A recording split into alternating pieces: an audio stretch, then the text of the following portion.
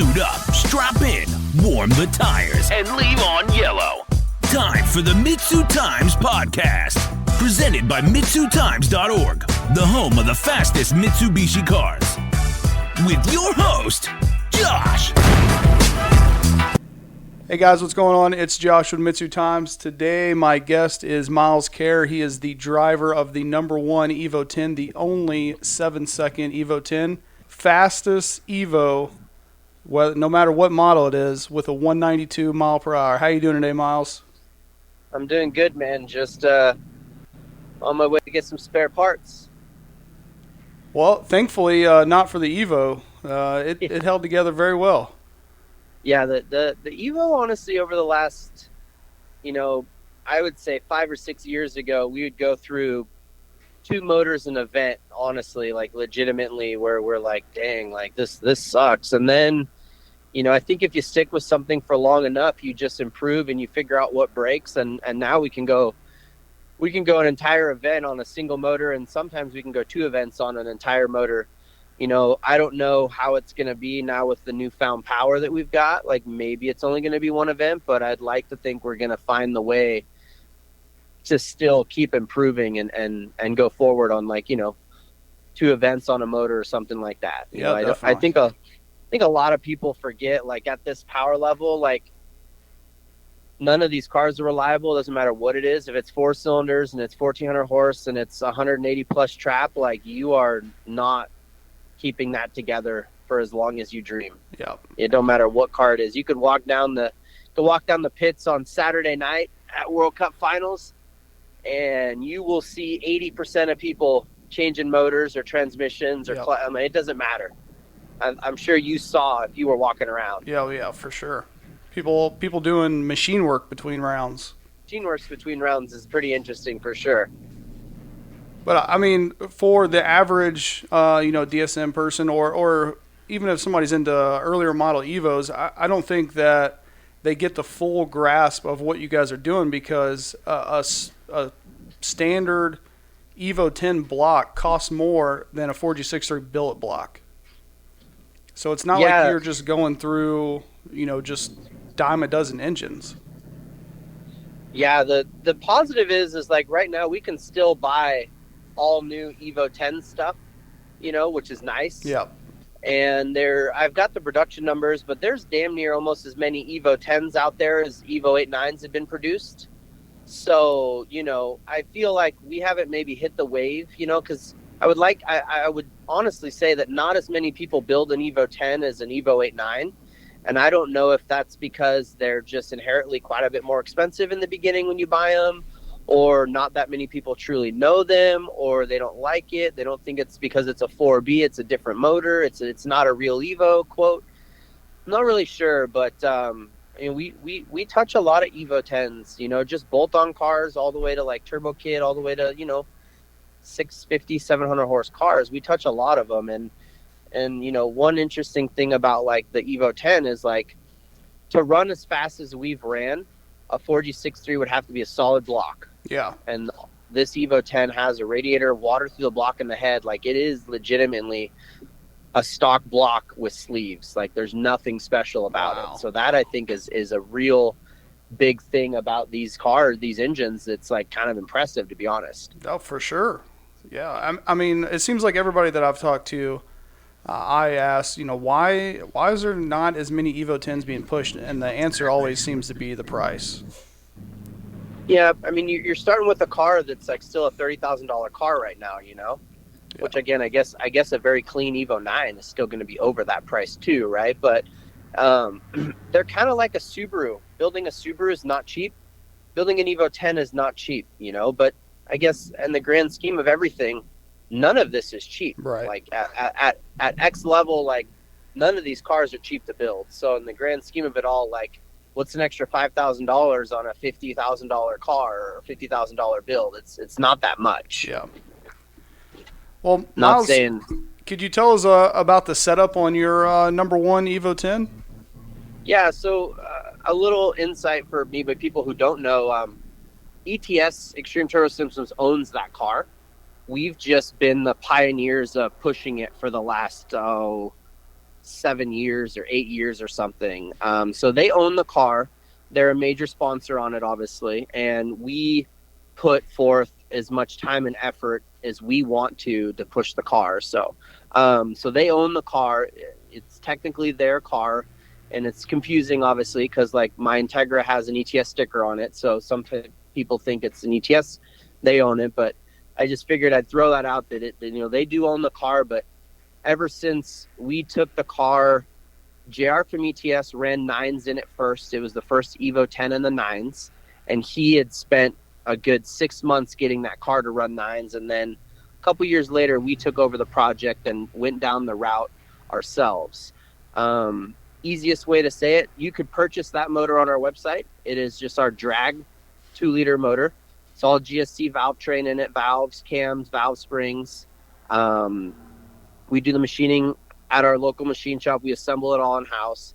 It has a custom crank, custom GRP aluminum rods, and custom Y-scope piston. And then we do some oil pan mods, because this is still a wet sump too. It's not a dry sump either. Man. So we do a custom oil pan, and then it has like custom oil pump mods. And really, it's just a dart and sleeve motor. So it's really nothing special in terms of like what it is. Like anyone can get it. The special stuff is what we do with the crank, what we do with the rods, what we do with the head gasket surface, and what we do with the head gasket combination itself. Okay. And what we do there. So that's easiest point on the motor there. It has 8 2150cc injectors. It has a mechanical fuel pump that we built the bracket for that rides kind of off the crank, right where you'd put like a dry sump on a car. So it rides on the front, rides off the crank itself. It has a next gen 7685 turbo on it, which we just put on before World Cup finals. I've had it on the Integra most of the year. So I'm like, hey, when we blew the last turbo up in the finals at TX2K earlier this year, I'm like, we should just upgrade to the newest, coolest thing. Cause we really struggled to run 7s in that car. We were kind of very powered out. Like it wouldn't make any more power. And we really had to try hard. So I think the goal with the new turbo is we could run 7s consistently and not have to push the car as hard, which I'd like to say we did. Like we weren't necessarily pushing it for timing and everything, but we did have to run, 75, 76 pounds of boost to go 191, 192. When before the most boost we'd be able to get was like 72-pound spike, it would drop to like 63 or 4. So we are running quite a bit more boost, and that newer turbo literally just takes it all. Electronic-wise, we've got a Motec M150, a Motec PDM 15, and it's got a John Reed Racing package on it. It has John Reed actually did all of the wiring harness for us too. 3000 GT rear end, drive shaft shop, 2-piece carbon drive line. It has a Graph 5-speed transmission in it, so it's like a close ratio 5-speed, which, if you've seen any in-car videos, like I'm shifting the 4.5 right about the 8th mile. So this is not your average drag car. I mean, realistically, every other car out there truly has a 4-speed of some sort in it in the manual world. But this is a true 5-speed. It's got a CAE shifter that only has a 3-2 lockout. So there's no lockouts for 4.5 or 1.2.1. Wow. Which is at the same time a little scary at times. Definitely. I was trying to think. Oh yeah, we used to have an Exity clutch in it, Exity triple carbon. When we started going through, slipping that clutch, we ended up getting a custom carbon clutch done for it. So it actually uses the Exity pressure plate. So it's still a pull style clutch, Exity pressure plate, and we had a carbon clutch made by RPS. That if anyone wanted to get it, we can still have that done. So it's a true carbon clutch in it. And honestly, all of last year, as far as 2021, we put the clutch in and we took it out after TX2K, and it has like 8 thousandths worn off of it. Like there's tons of life left on it. And I think that between the carbon clutch itself and then the ability to have a short first gear in it really helps the clutch life on this car. That's awesome. Yeah. It does have, so ETS did make a custom turbo kit many years ago. So they built the turbo kit We did all the intercooler piping in-house. They built the Sidewinder turbo kit. And then this is probably going to shock a lot of people. It only has a 4-inch ETS intercooler on it, off-the-shelf 4-inch intercooler. Wow. It's not a 5-inch, it's not a 6-inch. It is a 4-inch intercooler. And we did that years ago because we were getting weight out of the car, and we found we could get 15 pounds out of the car or 12 pounds out of the car if we got rid of the 5 or 6-inch intercooler that was on it and went to the highest flowing 4-inch intercooler that ETS has. So I think that'll probably surprise a lot of people, to be honest. Yeah, that's wow. There's no other cars that going that fast with running a 4-inch intercooler. I don't think so. And honestly, ETS spends a lot of time making sure whatever cores they use are the highest flowing, best option they can get. And I can't tell you that I'd say there's a restriction. Not if, we thought maybe we were restricted at one point, then we put a bigger turbo on it and we go 7 miles an hour faster. I'm like, well, clearly the intercooler isn't the restriction. Right. It was just we were bottlenecked up, Front bumper is actually an Aeroworks, and I think it's pronounced Aeroworks. Yeah, Andrew Aeroworks. We got that many years ago, and it dropped us. I think we got 13 or 14 pounds out of the car by just going to that bumper alone, which was kind of nice, Yeah. We dropped that, and it was an easy way because that car used to be 2,750, almost 2,800 pounds with driver in it, and when we got really serious about wanting to go fast in it, we cut out a lot of weight. I lost like 20 pounds. We put a carbon seat in it. We dropped 140 or 50 pounds out of the car. And that was right around the time I think Matt Galliano ran the 815. And we were already in the process of lightening the car up right when he had ran that. We're like, for the first time, we had really been pushed to try hard to do something when Galliano came out and went really fast, Yeah. And I think that's what really drives a lot of the competition is when you have somebody else around that's pushing right behind you.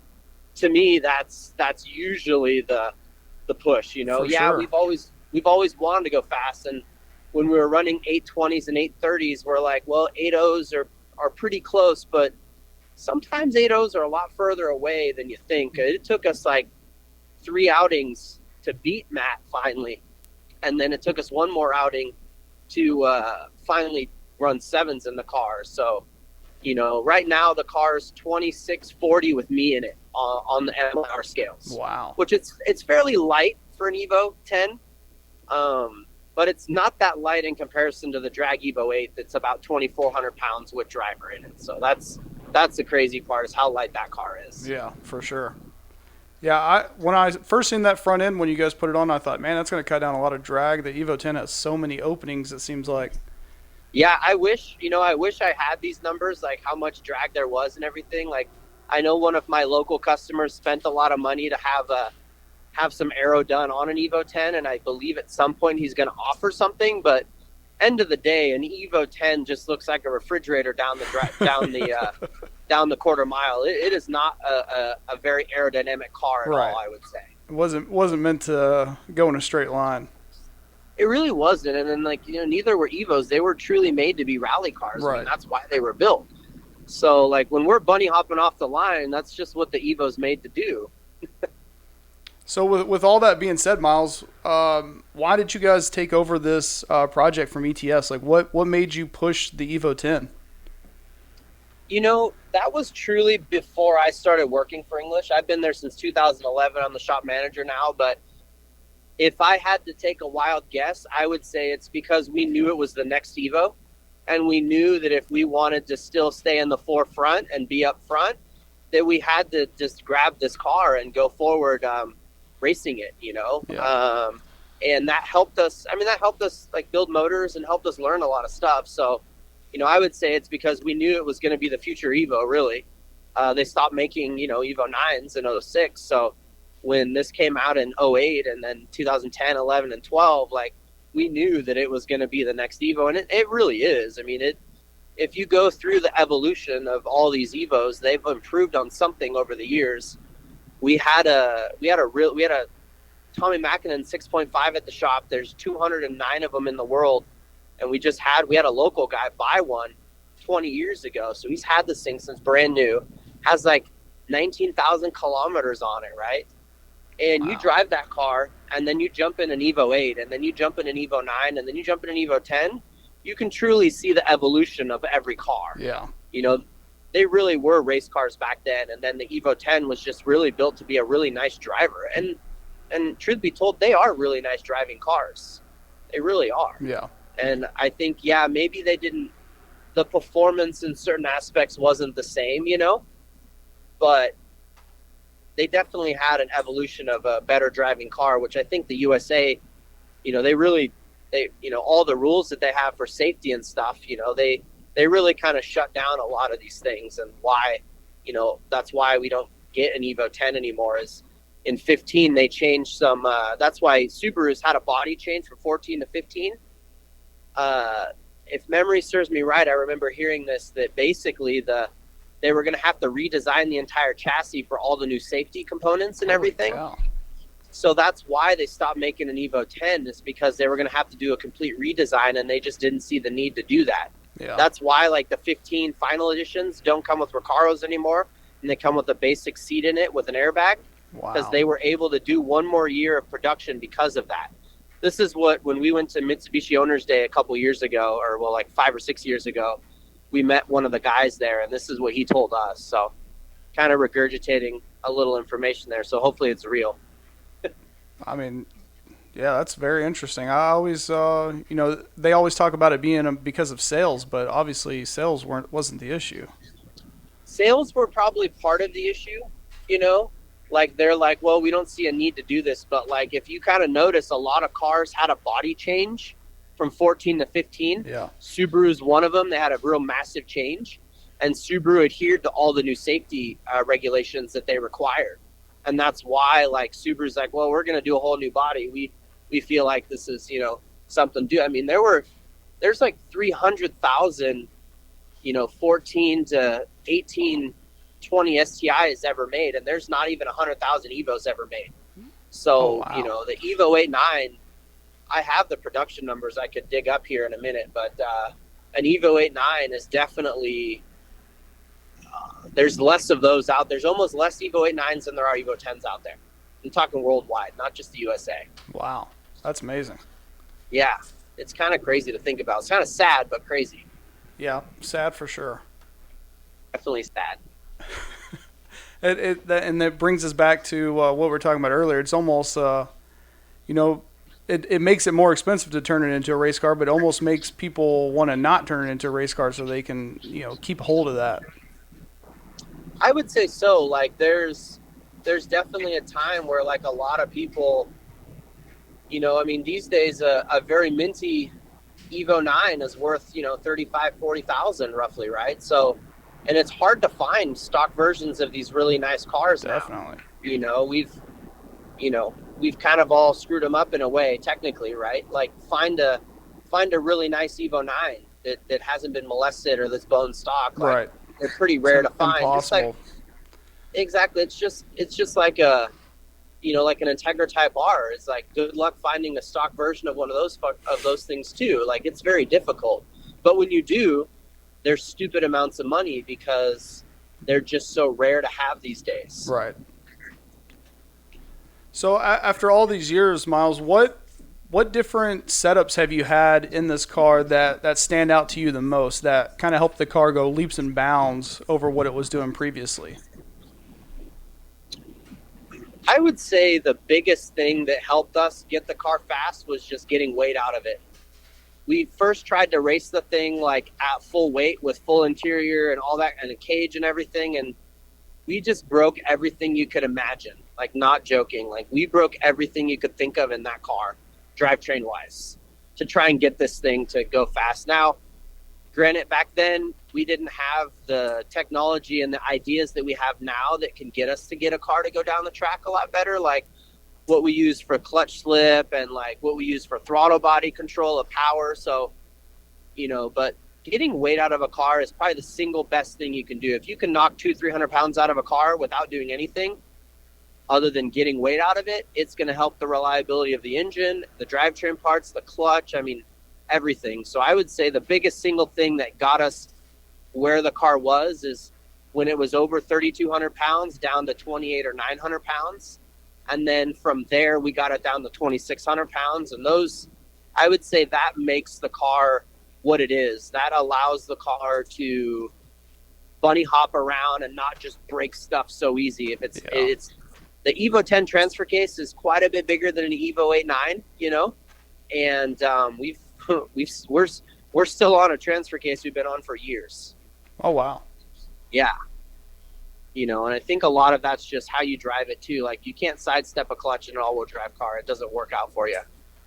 And then I would say the next biggest thing after that was getting a motor that could survive the power that we make. You know, this car 190, it's 1450 wheel probably now, when in the past it probably 150 horse up. So getting a motor to survive a weekend or just survive at this power level, that's a key thing too. Definitely. I mean, definitely a key thing. And then all the technology that Lucas has in launching this car, like, you know, we use the throttle body. We have the drive-by-wire throttle body, so we use the throttle body to control the boost at the line. Wow. And we can also use it to control boost in second gear if we need the boost to be just a little less. It's easy to target the boost high and just use the throttle body to close it a little. It keeps the shaft speed up, but it just closes the throttle body a little to control the boost. And I'd say those three things are probably the biggest things of getting a car to maintain, go down the track and be fast and not just brake all the time. Yeah. When you first started at English Racing, did you have any original goals when you knew that this car was going to be, kind of like a project? Did you say oh, we're going to go this fast, or we're going to make this much power, or anything like that? I'll be honest. When I started, we didn't even have the Evo 10, because I started in June of 2011, and I think at that point, Paul Nelson with the Drag Evo 8 was kind of fiddling out, and really, 2014 is probably, I think, if memory serves me right, when we took that car over, and really Lucas was behind most of it, and I was just, making sure that cars were coming in and cars were going out, and there really was no, our goals, this is what our goal is. We just wanted to go out and race the car. Luke wanted to go out and race the car and just trickle away and go faster. When we started running mid-8s, then it was I wonder how far away we are from running 7s, because the only 7-second car we had at that point was Jeff Bush's Talon, and that was an auto, and that was we knew what the maintenance level of that car was. Yeah. And so I would say when I took the car over, which I started driving in 2018, and then Lucas started driving the Drag Evo 8 again, the goal was definitely the 7s were in the next couple years was the goal, Yeah. And at that time we were running, I think, 830s on a 67 mil, and we hadn't tried to push the car yet. We just went out and did wanted to go for a weekend, and back then, even at 820, 830 level, we would swap a motor out in between at World Cup. We would swap a motor out at the end of qualifying and have a new motor for eliminations. Wow. When now, and that's at the 830 level, right? And now we can go at a 790, 80, we can go an entire weekend on one motor. So that's a big key. I think I like to be able to go the weekend on one motor. I really do. Yeah. It cuts out a lot of stress.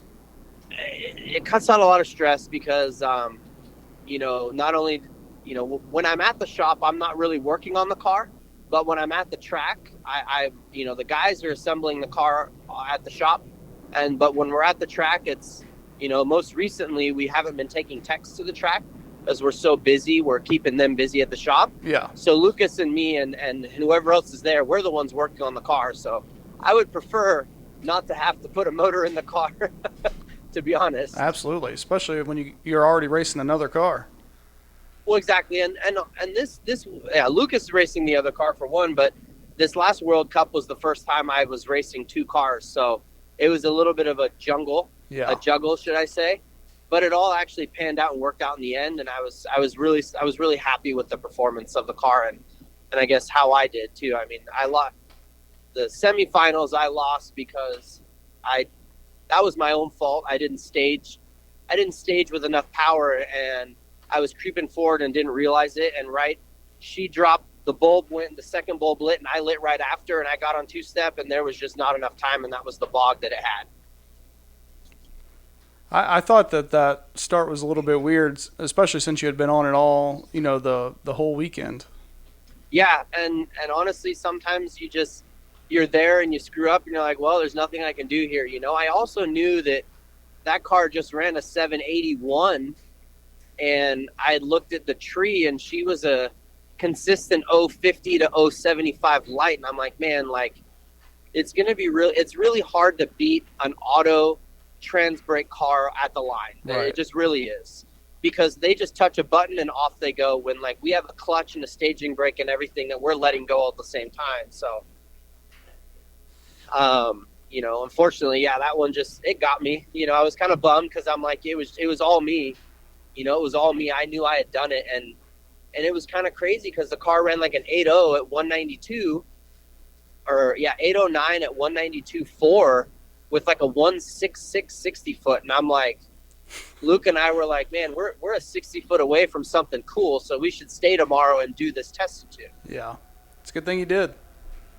Honestly, it really was. And the other thing, if you haven't noticed, that car, most all-wheel drive cars do not go straight down Maryland International Raceway at night.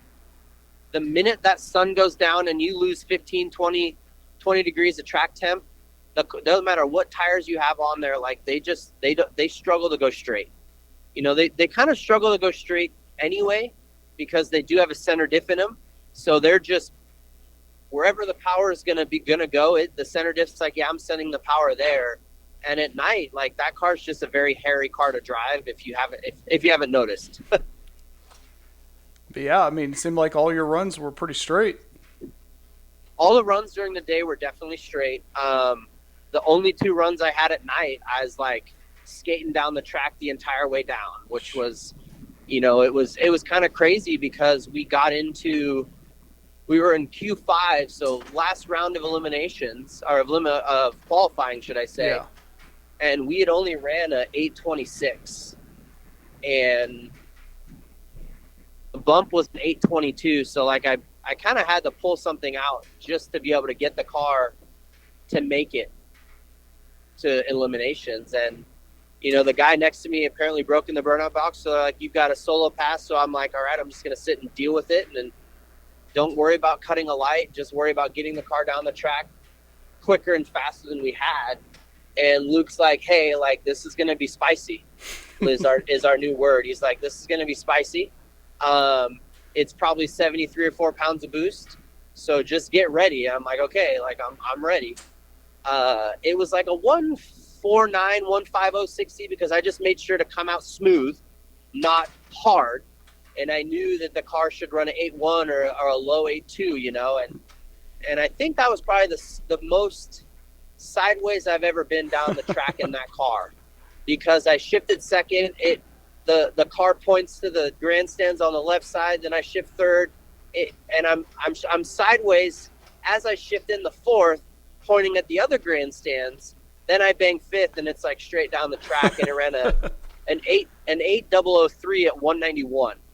So I mean, it was a very fun pass, but it was a very hairy pass, and I knew it would do that too. A little stressful. It's a little stressful, because it's not my car, and I guess obviously, we all understand that racing happens and anything can happen at any time, but it's definitely stressful when you're driving a car and you're just keep it in between these 2 lanes and not on the wall. Right. That's what I always hate when, circuit racers always talk about how easy drag racing is. Oh, okay, well, you go try it. And that's the thing is, we built a road race Evo for a customer, an endurance car, and I've done the road racing, I've done autocross, I've done drag racing, I've done half mile. The only thing I really haven't done is drifting, which I would love to do, but they all have that, they're all fun in their own way. Right. Yes, I'm going down the track for 7 seconds. It's not very long, but it is a big adrenaline rush, and it is very fun.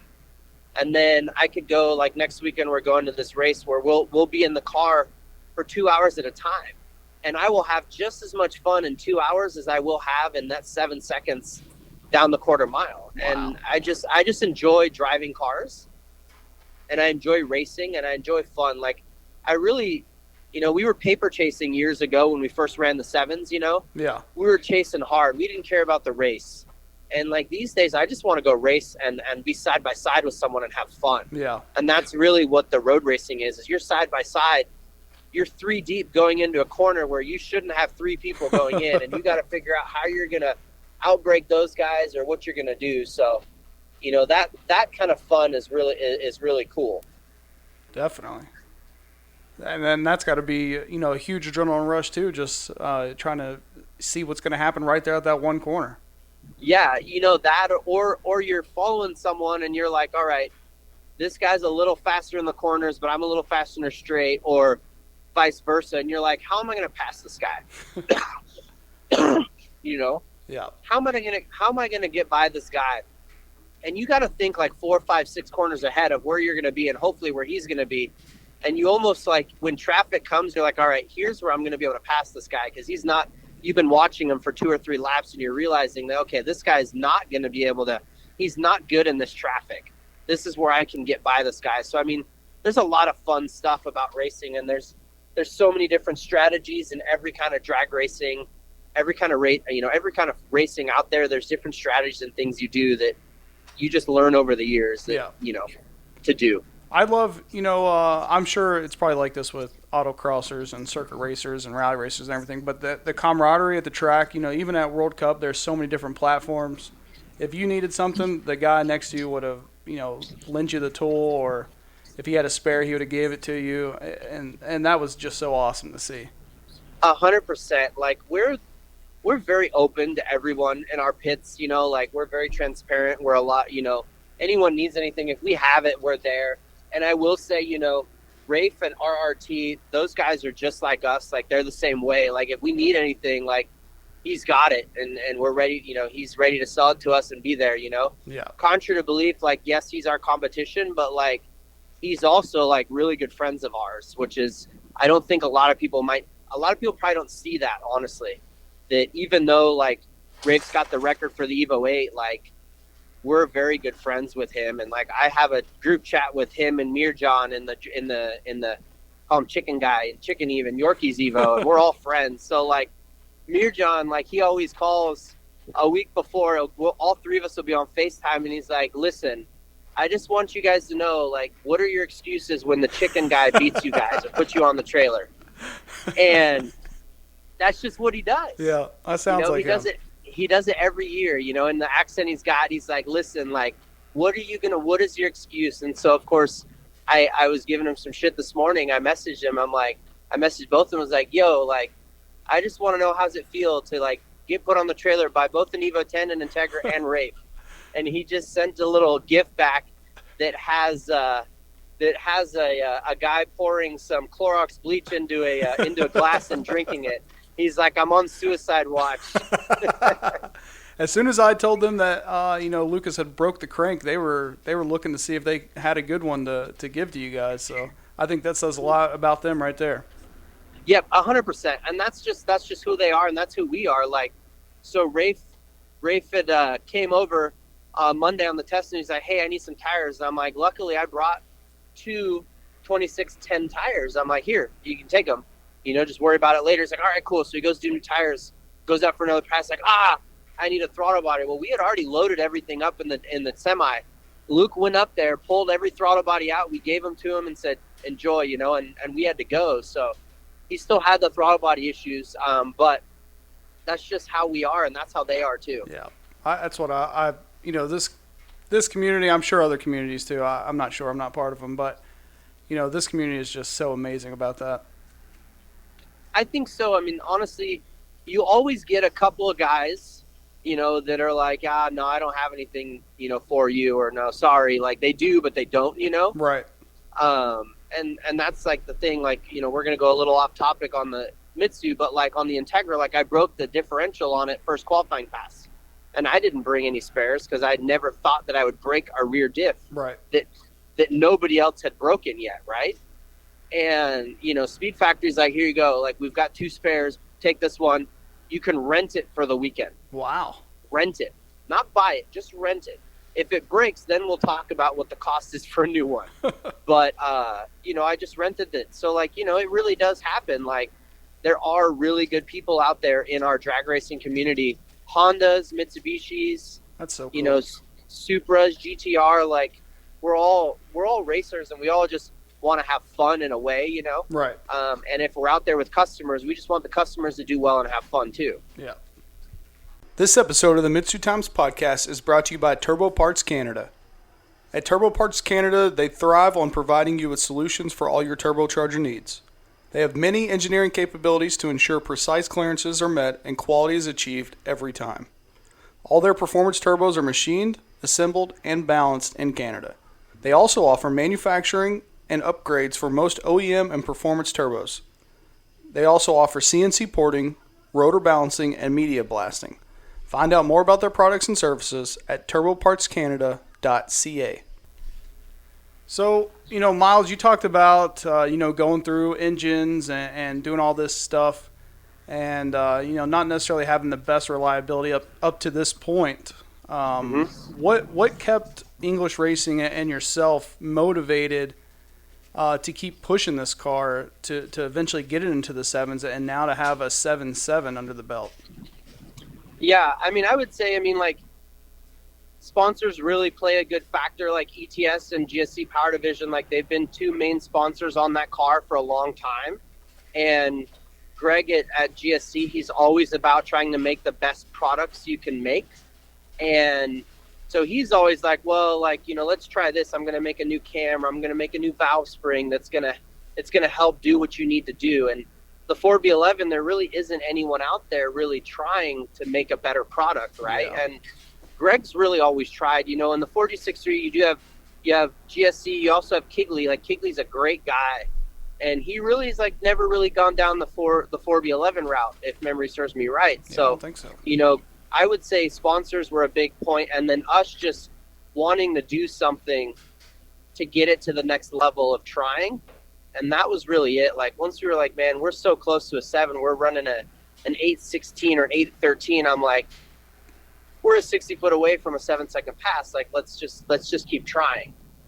So I would say between us, our own personal satisfaction of wanting to, and then sponsors like ETS and GSC, like, you know, being the first in any platform to do any kind of record is a real big deal. Like, yeah. That same Evo is the first Evo 10 in the 8s, the first Evo 10 in the 9s, and the first Evo 10 in the 7s, with 3 different people driving it at different times. Yeah. So JR, the owner of ETS, ran 9s in it first, then Lucas ran 8s in it first, and then I ran 7s in it first. Wow.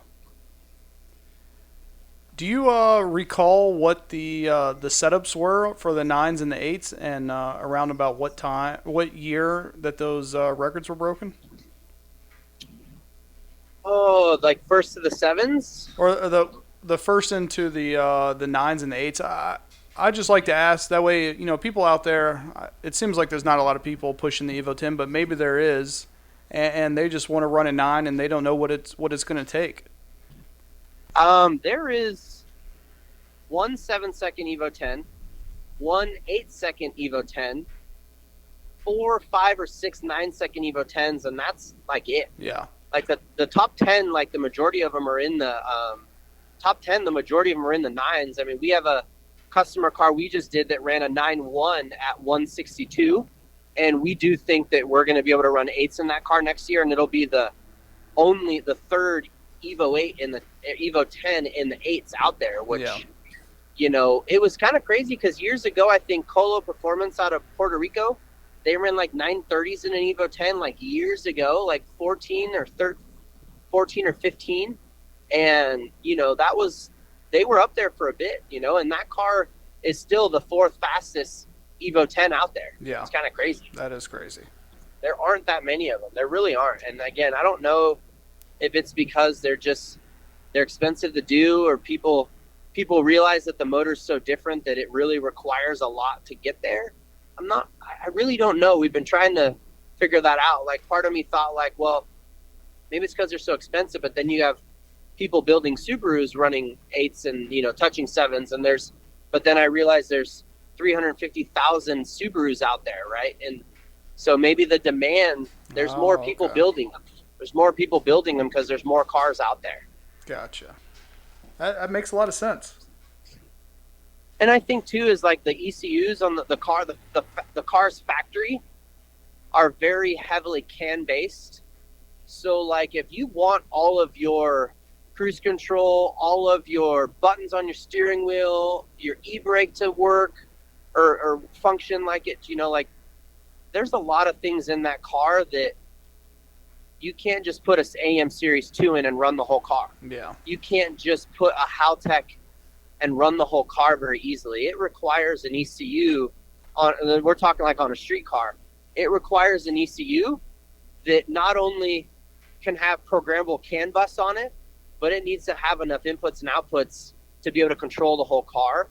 And I do think that plays a big factor too on what the car can do is it needs an ECU in it that can do everything right. Yeah. And most other ECUs out there right now for that car, and Motec makes a plug and play for it. Well, not Motec USA, but like we have a plug and play option with the John Reed Racing package. I think M-Tron might have an ECU for it now, and I believe that Cyvex has one. So there are a couple standalone options out there that, you know, 4 years ago didn't exist. Right. And I think that people see the price tag of a $6,000 or $7,000 ECU and they're like, "Oh man, that's just too expensive." But that $6,000 or $7,000 ECU can save your motor if when it drops oil pressure or the coolant pressure shoots through the roof, or your fuel level's low, so your fuel pumps drop fuel. Like that ECU will save your car at all times. Yeah. If you set it up to do that. Yeah, we're talking to you, Chris Barno. I know you're listening to this. He refuses to go from the stock ECU on his Evo 10. Is that which car is that? Blue. It's the GSR. I think it's number 10 or number 9. Okay, yeah, I've seen it. Yeah, I mean, really, yes. It's not a cheap thing to go to, right? But in the grand scheme of what it costs to build the car to the level he's got it, what's another $6,000 or $7,000 or whatever it's going to be that can literally save your engine at all times? Right. Like stock ECU has a boost cut, and that's it. There's no closed loop fueling. There's no oil pressure protection. There's no coolant pressure protection. There's nothing, you know. So at least you could do something and it's going to help the car launch too, because you can have a proper 2-step launch limiter, whatever you need. Like you've got it with a standalone that you don't have with a stock ECU. Yeah, definitely. So yeah, if Chris is listening, he should really consider that one. There you go. Called out now. Sorry, not intentionally. So, Myles, briefly talk us, you know, what it took to be the number one Evo 10. We've heard the story, and we've, you know, the thing that we don't see or hear is the behind the scenes of the blood, sweat, and tears that it took to get this car where it is. Ooh, that's a hard one. It took, you know, when Galliano took us out a couple years ago and ran the 815 at like 173 or 4 or 5, 175, I think, 815, 175. It was like a gut wrenching, like punch in the stomach. Like, oh, for the first time, we're not number one.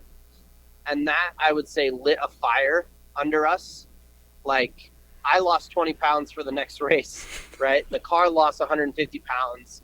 And it was our mission, no matter what, needed to make that thing go down the track.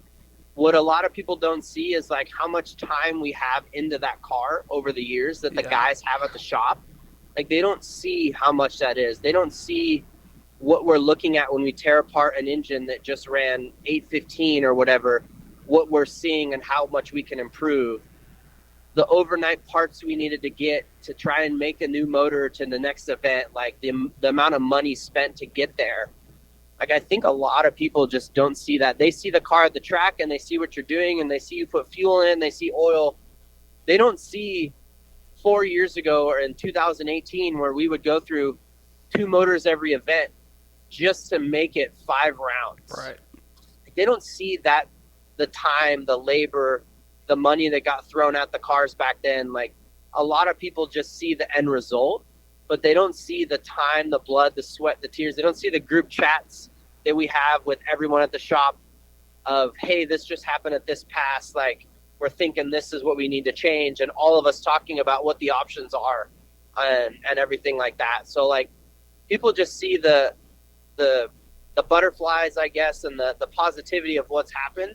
They don't see all the negative or the hard stuff that we've done on the backside to get the car to do what it does. And I think there's hours and hours of time. Like, Luke will send me the logs and I'll stare at stuff and I'll look at it, and as a driver, I'll be like, man, like, I short shifted every gear shift here. And if I hadn't short shifted, maybe I would have been 0.05 faster to the eighth, which would then equate to just barely about almost a tenth quicker, and I could have had the record sooner. And, like, a lot of things like that I think people just don't see, that, us as racers, as drivers for one, and naturally wanting, be competitive, do that, like, nobody else gets. Yeah. Like, what is their difference? I think is kind of, I guess, the easiest way I can explain it. And then JR from ETS, saying, the owner of ETS, he's like, starting 2020, we had ran 8.0 and Galliano had ran 8.15. And he's like, so what are you guys changing that's going to make you guys go sevens first? Like, what are you changing? He's like, because that guy's really close, which he really was. Like, he was an eighth mile and quarter mile away from beating us to sevens, which, props for him for trying hard, because we know what it takes to get there. Yeah. And so it was a lot of, like, pressure from, like, being the first to do sevens, for one. Running, man, I ran 4 8.0s before I ran a 7.9. That seems to be how it always is. And I don't know what that is or why, but it literally always is. If you're at a 7.0 and you're trying to run sixes, you're at an 8.0 trying to run sevens, there's something about that barrier that just takes so damn long. Yeah. And it's like, it's just the curse of the O's, they call it. Just like I ran 4 or 5 8.0s in the Integra last weekend before I ran a 7. It's just, there's something about it. It's like a next level to get there. Just holds on to you. Yeah, I think a lot of people just don't see the pressure that everyone has, and then the pressure of the competition, the blood, sweat, and tears that we have to get the car into the to get the car to do what it is. So I think that's probably the easiest way I can explain it. Like, they just don't see what's on the backside. They see the front side and they see, oh, these guys did it. Man, that's cool. That looked really easy. No, it was everything but easy. Right. Yeah, that's awesome. That's, you like you said, you see the positive stuff, you see the time slips, but you don't see the late nights and all the wrenching that it took to get there. Yeah, you don't see any of that. I mean, look at Devin finally running sixes. Like, he has like a year and a half or 2 years into that car running 7.0s. Yeah. Right? Like, that's just what it takes. Like, because you're like, well, this pass had this 60, this pass had this 8. It's hard to put, like, all the passes together every single time. Like, it doesn't work like that. Right. You wish you could take your best 60, your best 330, your best 8, your best 1,000, and that's going to equate to your best quarter mile. But, like, it doesn't work like that, because you don't get the same. You don't get, we're human, right? So we're not perfect every time we shift or every time we launch. Like, right. We like to think we're really good, but that's where we use an ECU to do the most it can every time. But when you've got a paddle, when you've got a shifter in your hand, you still mechanically got to shift that thing as best you can every time. And it just, sometimes it happens easy and sometimes it doesn't, Yep. So now that you've ran the 7.7, have you guys set any other goals? Like, okay, now we want to do a 7.5, or is it just one of those things where we just want to go faster than we've gone right now? That's the conversation we're having right now. I mean, this happened on Monday, and we're really not sure what we're going to do now, Yeah. That is the, we haven't really talked about it. Shit, Luke's not even back from Maryland yet. He's not going to be back till tomorrow. So we really haven't sat and talked about it. we're not sure if we're going to run it again next year. There's a possibility we don't. Maybe we're going to focus on taking the Evo 8 record back, Yeah. or maybe we're going to look at a different avenue because, I do think right now nobody with a 4B11 is going to get anywhere near us for quite a while because I know what it takes to go from an 8.0 to a 7.7, and it's going to require a lot to get there. Now the question is the 4B or the Evo 10 close enough to the Evo 8.9 record that can we taste it? That's the question. Okay. that it's a possibility we might go down that route, but we also know how hard it is to get to that, and we know how hard Rafe's work to get there.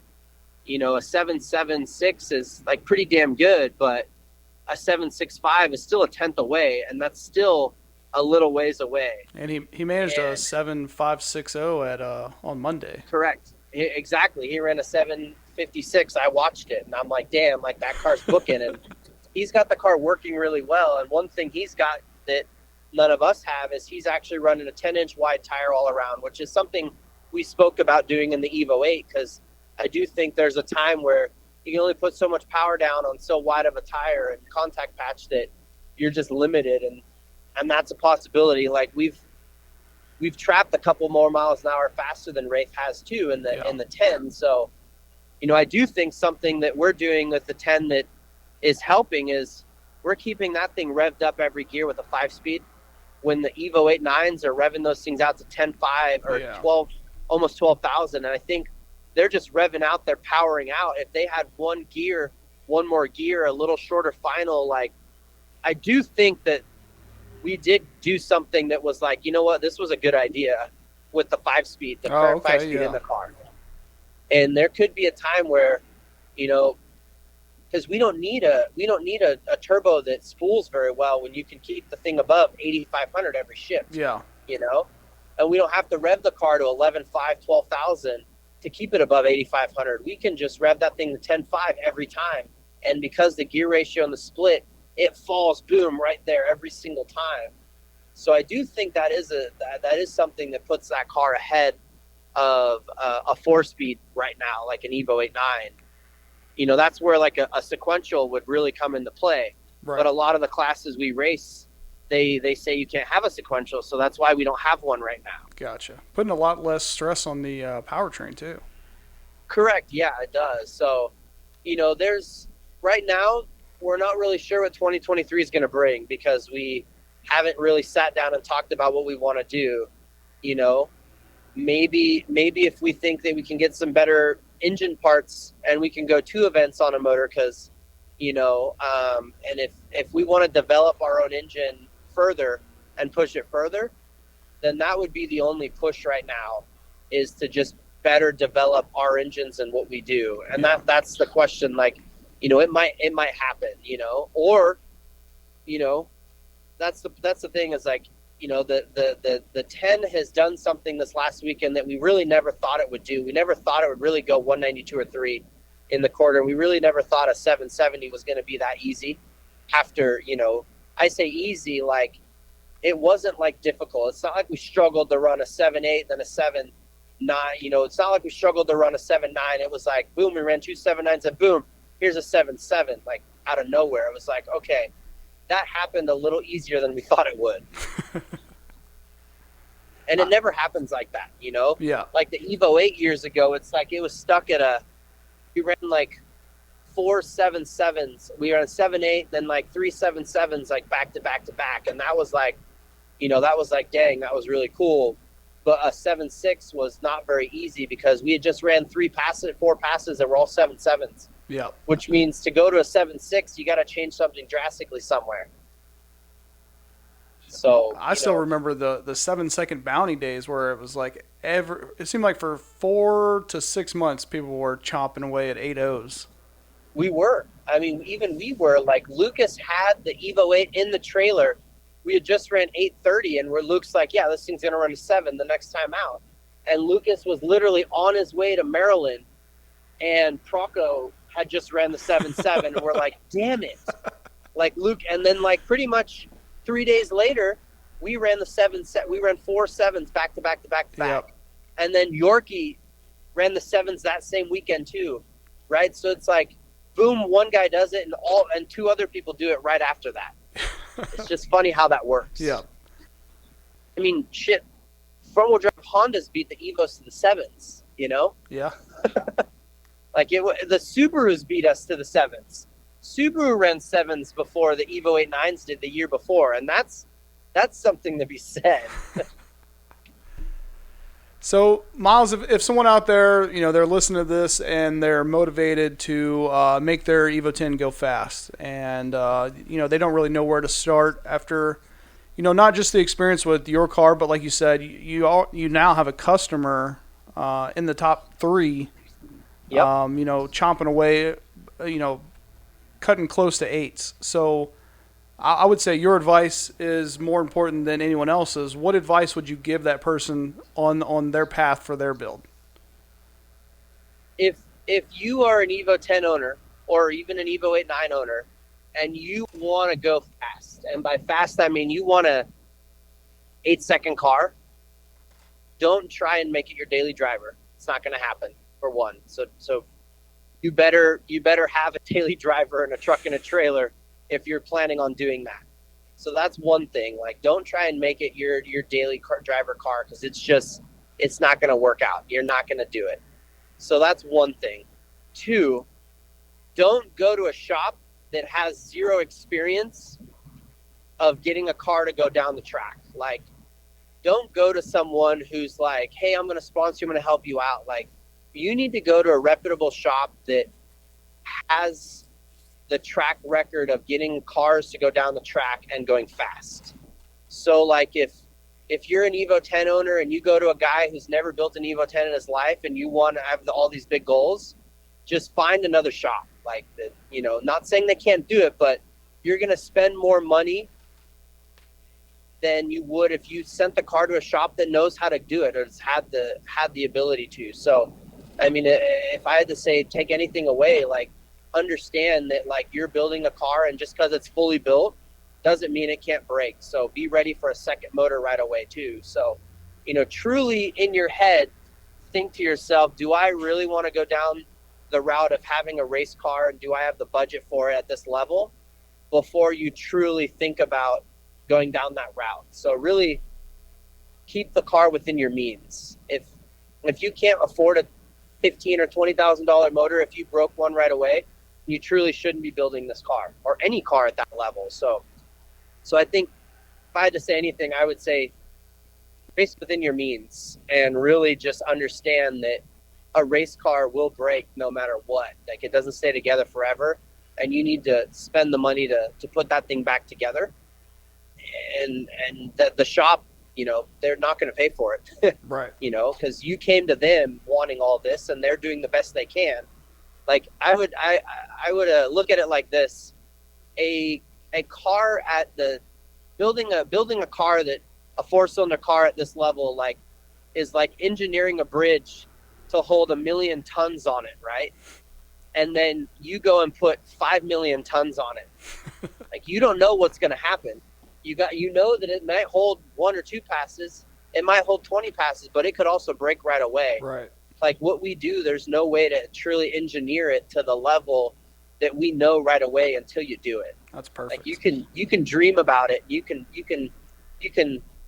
put numbers in a computer, and it's like, oh yeah, this should definitely be able to hold this, and this is going to work.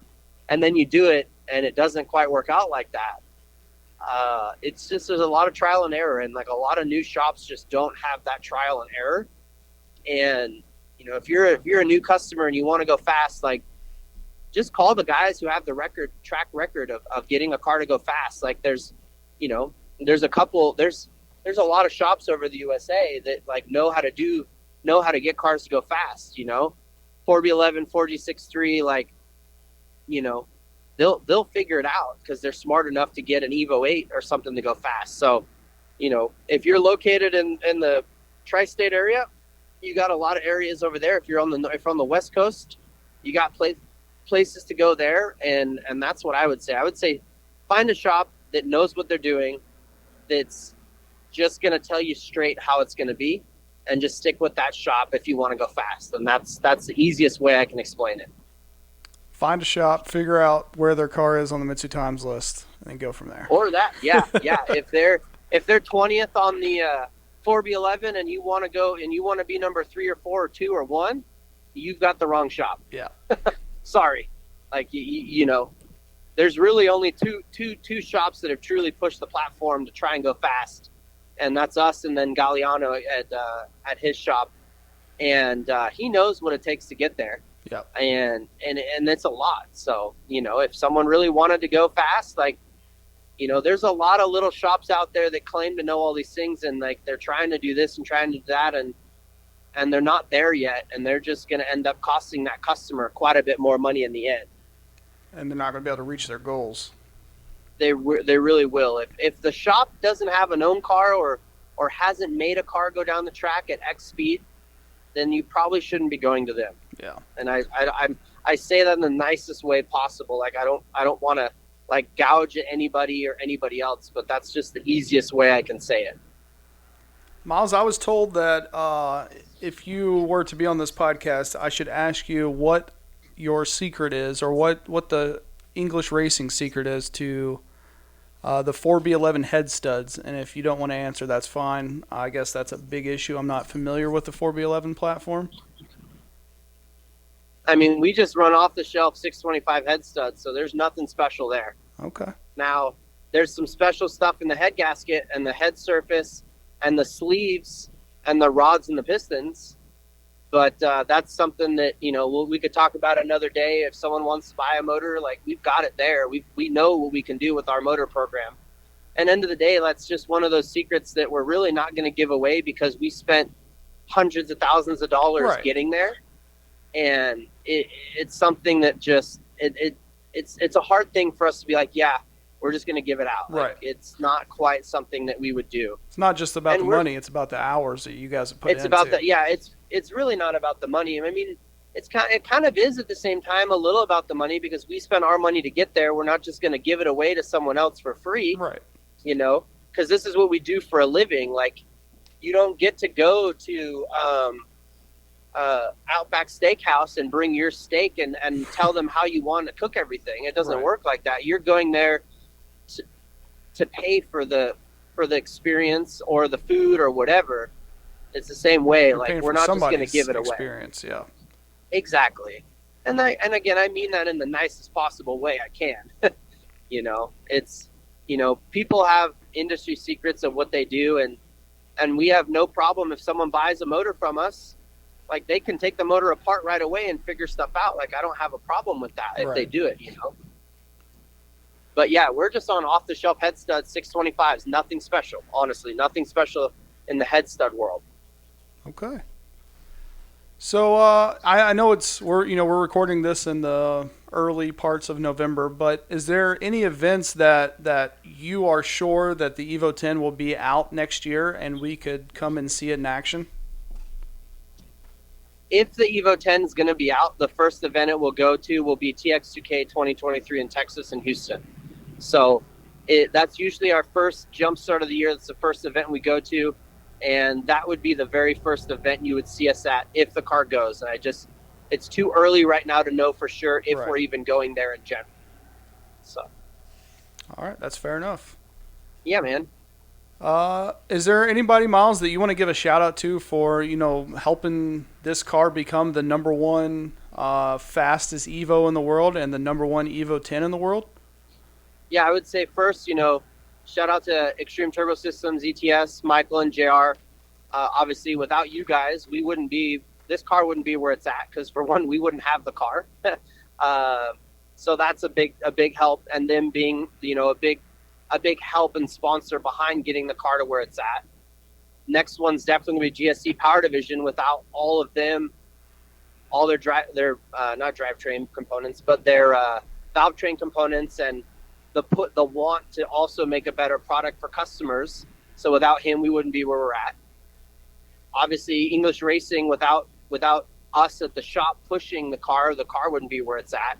You know, I am just the guy driving it, so I'm just one small part of a big team that makes the car go down the track. Yeah. Obviously, fuel injector clinic, injectors for all the years, drive shaft shop, drivetrain components, like they've been a big help, obviously, over the years. You've got graph transmissions, like, there's not a lot on graph out there, but that tranny in the car has honestly held up for, I haven't pulled that tranny out of that car in 2 seasons, and the thing still shifts like a dream. And, it's a dog box, obviously, so it either stays in gear or it doesn't, and it works like a dream there too. Motec USA and John Reed Racing, obviously, without John Reed, we wouldn't have all of the electronics and the control that we do to get the car to go down the track. So there's a big positive there too from John. I would say Wiseco pistons, GRP rods. Without them, those two, we wouldn't be able to put the thing together to make it go down the track. Obviously, all the guys at the shop, engine builder, TJ, our machine shop, without those guys, like, we wouldn't have this car going down the track either. Really, that's kind of the biggest names that have been in that car most recently for us. Okay. And I would say, obviously, we now have an RPS carbon clutch in there. He made a clutch that he said would do what it did, and it does exactly what he said. So that's a positive there too. Definitely, you gotta love that. Yeah, I would say right now those are kind of our biggest sponsors for that car. Really, the biggest names behind it these days. Well, Myles, I appreciate it so much that you took the time to come on here. You kind of took me in the pit there and let me pick your brain for a while there at World Cup, and I really, really, really appreciate it, and I can't wait to see what else you got, not just for this car, but for all your cars. Yeah, and honestly, I know we've been trying to do this for 3 or 4 months now. Yeah. So I'm sorry it took a little longer, but sometimes the stuff just doesn't happen as quick or as good as you want it to at times, and it worked out to finally be able to do it. I met you. I know we've met before, but finally got to sit and talk to you. And I'm like, I need to do this finally. And today just kind of worked out perfect for it. Heck yeah.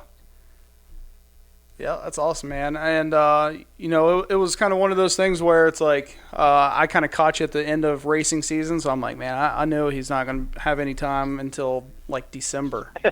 Yeah. But yeah. Thanks again, Myles. I appreciate you coming on, problem, man. And I think people are really going to enjoy this episode and get a lot out of it. And obviously, people love hearing from you, so it's going to be a good one. I appreciate it, man. Thank you very much. Absolutely. Have a good one. All right, talk to you later. You too. Thank you for listening to the MitsuTimes podcast. Check out our Instagram and Facebook for daily updates. Get added to our list by going to MitsuTimes.org and clicking Submit a Slip. Thank you to all of our sponsors.